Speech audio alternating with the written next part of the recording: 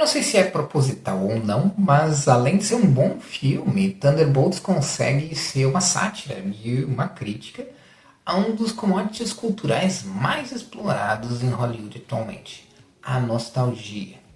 Muito embora ele mesmo seja um produto cultural nostálgico. Fica aí que a gente vai conversar sobre isso.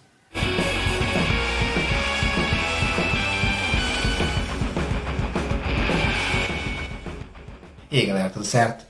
Eu sou o Guris e esse é o segundo vídeo sobre o filme Thunderbolts. O primeiro, que saiu na semana passada, foi uma análise sem spoilers sobre como o filme usa a história para explorar questões de saúde mental como a depressão.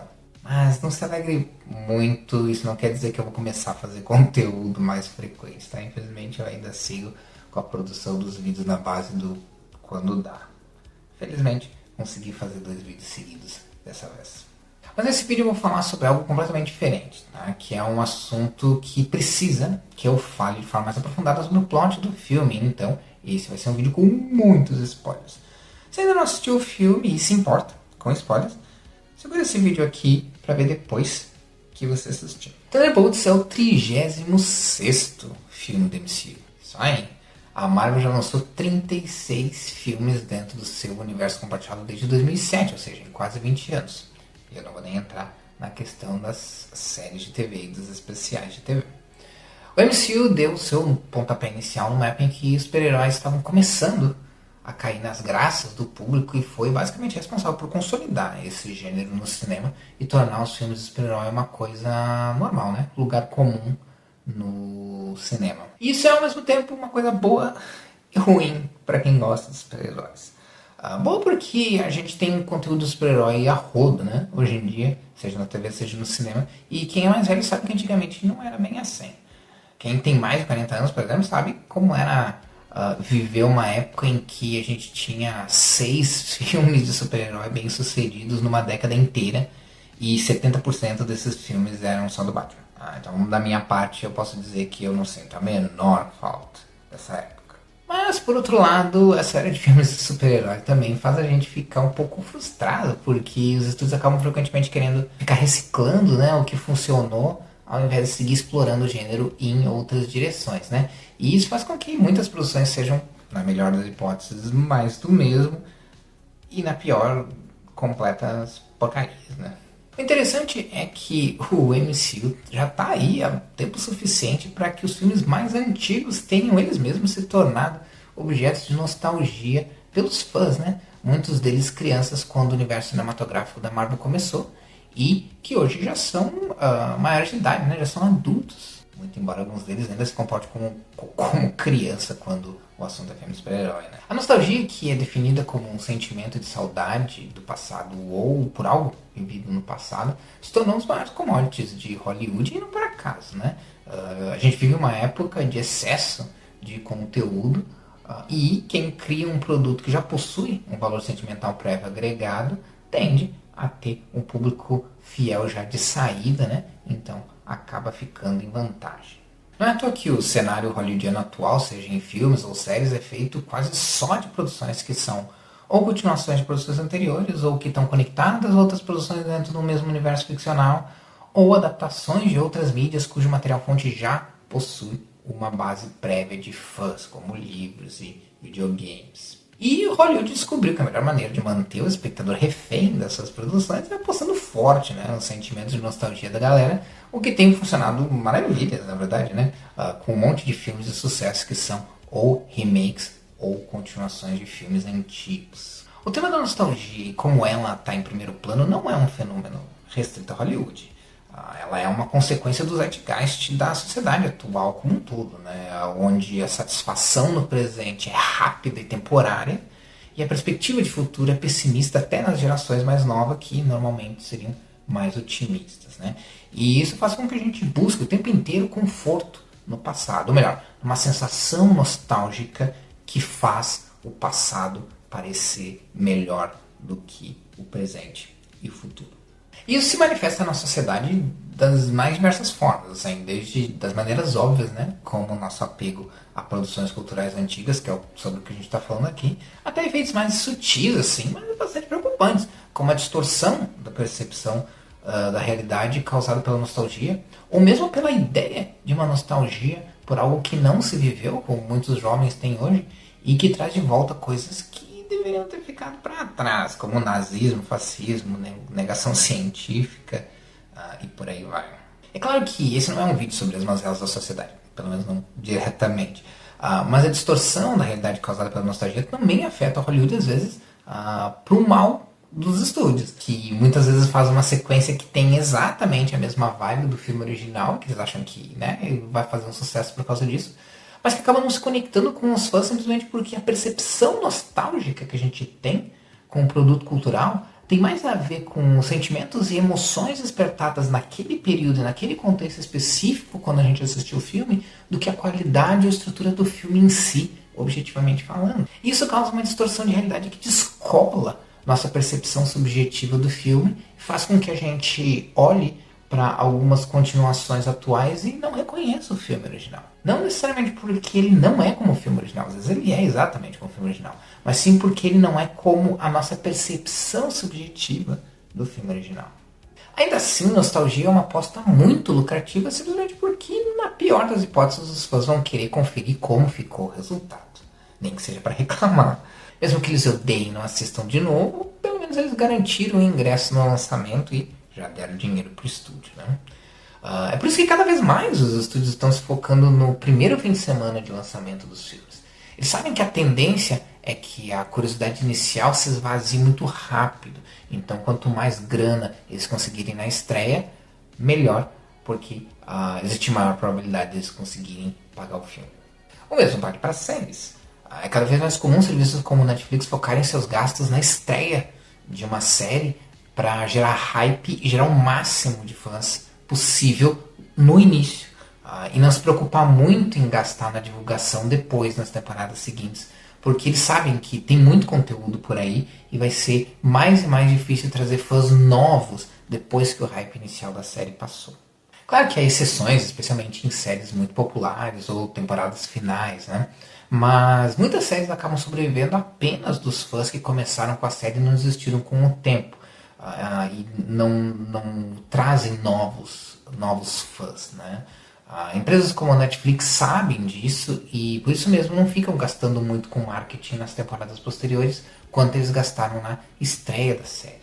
Isso é um pouco diferente de como era antigamente, pré-era dos streamings, porque como os programas reprisavam, sempre ficavam reprisando na TV, era mais fácil conseguir angariar novos fãs depois que a série já tinha começado e mesmo revitalizar o hype ou aumentar o hype algumas temporadas depois pela série ter conquistado mais fãs. E isso acontece ainda hoje em dia em menor grau. A gente pode citar como exemplo aí Severance, que provavelmente ficou mais popular quando estreou a segunda temporada do que na primeira temporada.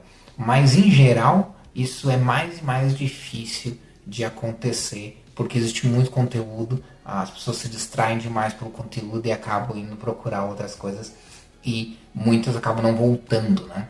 E também fica muito mais difícil de fazer com que pessoas assistam toda uma temporada, ou duas ou três, sei lá, para começar a assistir uma temporada nova. E os estúdios de serviços de streaming sabem disso, então eles gastam o dinheiro deles de início quando uma série vai estrear, para fazer com que eles consigam o máximo de gente possível que se torne fãs, para que esses fãs continuem assistindo e mantenham a série, ao invés de investir em temporadas posteriores em grana de marketing, né, para trazer gente nova, que eles sabem que a probabilidade disso acontecer é bem pequena.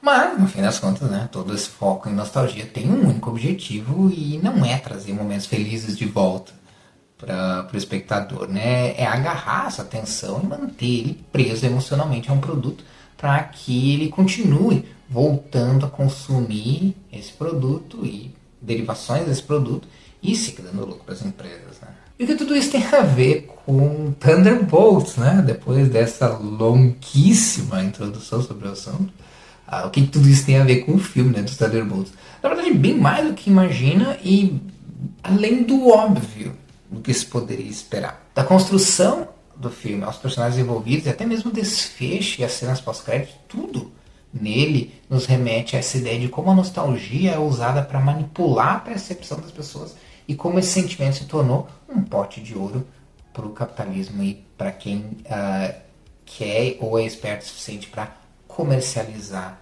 isso. Thunderbolts acompanha a Helena, irmã da Viúva Negra, e ela mesma é a Viúva Negra, né? John Walker, que substituiu o Capitão América por um curto período e caiu em desgraça, e Fantasma, cujos poderes são também uma maldição e faz ela ter que trabalhar em operações secretas para sobreviver. Quando esses personagens descobrem que foram mandados para matar uns aos outros pela mesma pessoa que contratava eles, no caso a Valentina Allegra de Fontaine, uma das vilãs do filme, eles se obrigam a trabalhar juntos, além de terem que proteger Bob, um cara aleatório que está lá no lugar errado, na hora errada. Né? Acaba se juntando a eles o Guardião Vermelho, que é pai da Helena e que foi um Capitão América russo nos seus tempos áureos, e Buck, que agora tenta ajudar o mundo na política. Juntos, essa galera vai enfrentar a Val, né, a Valentina, mas acabam detidos por Bob, ou melhor, o Sentinela, fruto de experimentos antiéticos financiados pela Val, e que o transformou em um ser muito poderoso. O problema é que, como os experimentos envolviam o soro, uma versão pelo menos, né, do soro do super soldado que deu poderes ao Capitão América originalmente, ele faz a mesma coisa, ou seja, ele potencializa e amplia as características físicas e psicológicas do indivíduo. Só que Bob sofre de problemas de saúde mental e isso também é potencializado criando o vácuo, um tipo de outra personalidade do Bob com poderes altamente destrutivos e que acaba virando o vilão no terceiro ato do filme. Thunderbolts trabalha a nostalgia de maneira muito interessante na história, mostrando um mundo pós-Vingadores Ultimato e que está há anos sem os Vingadores para salvar o dia e explora como as pessoas ainda sentem falta da sensação de segurança que a equipe trazia. Ou, pelo menos, né, a percepção a nostalgia cria a percepção de que antigamente com os Vingadores as coisas eram bem melhores. E é essa sensação de vazio, né, deixado pelos Vingadores que a Val queria explorar com os experimentos da Oxycorp que criou o Sentinela. A ideia era manufaturar um super-herói que pudesse ser usado como ferramenta de marketing do governo e, é claro, que tivesse sob o controle dela. Mas, para Val, os cobaias do projeto são apenas produtos, tanto é que Bob é jogado como um objeto quando ela acredita que os experimentos não deram certo e ele é deixado para morrer no mesmo lugar onde estão todas as coisas que a Val vai destruir para fazer uma queima de arquivo. Ou seja, ele é uma tecnologia descartável como qualquer outro objeto inanimado que não é humano. Não. Aqui a gente já começa a ver que o filme, apesar de ser ele mesmo um produto cultural que se beneficia da nostalgia, eu vou falar disso daqui a pouquinho, tem uma opinião bem direta sobre esse assunto. Quem se aproveita da nostalgia cria uma falsa humanização de produtos culturais, mas que escondem uma total falta de humanidade nos motivos para fazer isso. Mas o filme também mostra o quanto a nostalgia é uma ferramenta tão poderosa que qualquer risco de dar errado vale a pena. Isso fica claro no final do filme, quando a Val engana os Thunderbolts para fazer eles aparecerem na frente de uma coletiva de imprensa, onde ela anuncia que eles são, na verdade, os novos Vingadores e era um plano dela desde o começo. Não só livrando a cara dela de toda a treta que rolou e que ela foi responsável, mas conseguindo aquilo que ela estava tentando fazer com o Projeto Sentinela, que é ter seu próprio Vingador, ou nesse caso, né, seus próprios Vingadores, e capitalizar e comercializar em cima da falta que a equipe original faz em relação ao público, né, em relação à percepção do público. Mas o filme não traz nostalgia só no plot em si. Os personagens também são escolhidos para evocar nostalgia no público. Quando o elenco dos Thunderbolts foi anunciado, muitas pessoas notaram que a maioria dos personagens eram versões pobres do Capitão América. Mas na verdade esses personagens também remetem conceitualmente a diversos outros Vingadores. Não que eles tenham um paralelo direto, tipo, cada um representar um personagem específico, mas todos eles possuem elementos que servem mais do que só referência, easter egg ou construção de mundo. Eles também são usados propositalmente para evocar nostalgia.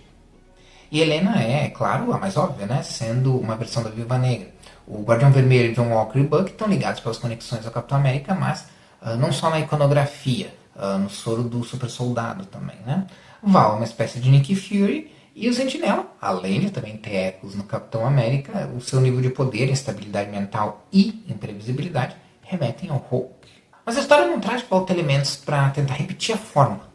O legal do Thunderbolts é que a nostalgia é usada como contraponto aos personagens, fazendo o contrário do que normalmente os estúdios tentam fazer com obras que se apoiam em nostalgia. Ou seja, ao invés de tentar convencer os espectadores que os Thunderbolts merecem ser vistos como os Vingadores só que numa nova versão, a própria Marvel tentou fazer com o Capitão América de Mundo Novo, que é quase um plágio do Capitão América Soldado Invernal, e falharam miseravelmente. O filme reforça o quanto não é como o filme original, os personagens não são como os originais, fazendo com que o que em outras produções é uma fraqueza, em Thunderbolts seja uma força motriz do filme.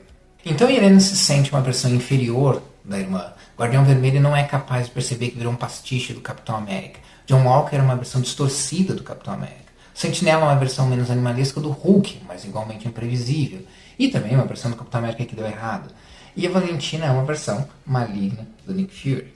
Então o que o filme faz, no fim das contas, é dobrar a aposta sobre a aparente inferioridade dos personagens em relação aos Vingadores, transformando a nostalgia no instrumento do plot e fazendo a gente repensar a nossa relação com ela. Os personagens se sentem menores por conta de suas características, mas principalmente por estarem à sombra daqueles que são considerados melhores, em especial os membros dos Vingadores originais. E isso é visto também no que acontece durante o desenrolar do filme. Ao invés de fugir das comparações, a todo momento o filme convida o espectador a ficar comparando Thunderbolts, especialmente com o primeiro filme dos Vingadores. Por exemplo, a luta inicial entre os personagens que leva eles a se unirem depois, além de um clássico, né, clichê de super-heróis, também remete ao primeiro filme dos Vingadores, onde o Capitão América, Homem de Ferro e Thor se enfrentam quando se encontram pela primeira vez. Outro exemplo, a sequência em que os Thunderbolts encontram Val na torre de vigilância e ela conversa com eles enquanto toma um drink e prepara a entrada do Sentinela, é feita propositalmente para criar paralelo com a cena de Vingadores entre o Tony e o Loki. O local é exatamente o mesmo, o lobby da torre é o mesmo, só que ao invés de estar distraindo o vilão, como o Tony fez com o Loki, a Val que é a vilã, né, tá irritando propositalmente os heróis para forçar eles a atacarem, e ela se veja obrigada, entre aspas, né, a usar o Sentinela, e assim ela consegue produzir um teste para o seu herói e ao mesmo tempo um espetáculo para a imprensa, que é basicamente o que ela queria, né? Mostrar o seu brinquedo novo, né? Que é o Sentinela. Mas percebam que o objetivo dessas e de outras cenas não é imitar o primeiro Vingadores ou usar a nostalgia só para usar, mas criar diversos contrapontos.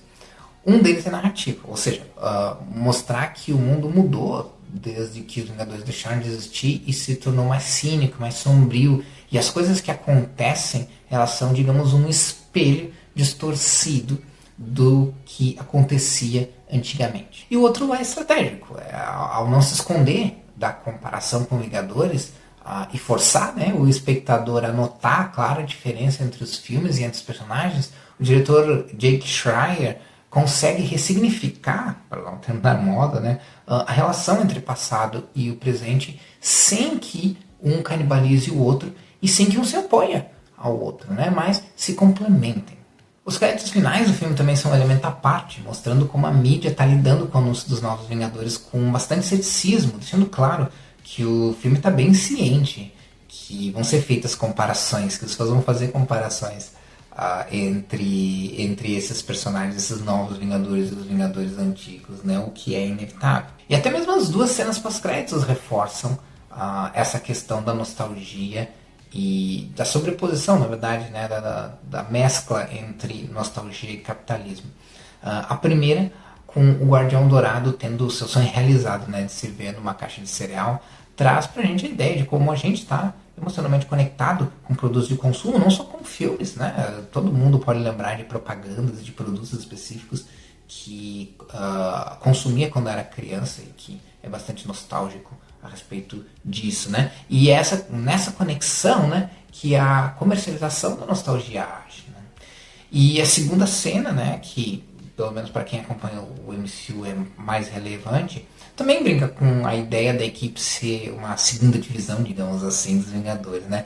Com o Sam Wilson processando eles, né? A gente fica sabendo que o Sam Wilson está processando eles pelo uso do nome e o Alex sugerindo que eles evitem o processo trocando o nome para Vingadores com Z, né? Meio que transformando as reclamações dos fãs, né? Ou as esperadas reclamações dos fãs de que eles não seriam os Vingadores de verdade, digamos assim, em munição pro filme. No fim, Thunderbolts é sobre Vingadores de baixa renda que tem consciência do seu lugar e usa isso a seu favor para elevar o filme de uma versão menos interessante, mais pobre do original, para uma versão mais inventiva e diferente que merece seu lugar entre os bons filmes do MCU. Bom, por hoje era isso, galera. O que vocês acharam do filme? Eu confesso que eu fiquei positivamente surpreso. Se quiserem falar mais sobre o filme, né? Já que esse é um vídeo com spoilers, vocês podem deixar aí nos comentários o que vocês acharam e tanto sobre esses temas ou sobre outros temas, sobre coisas que não foram comentadas aqui. Certo? Até a próxima!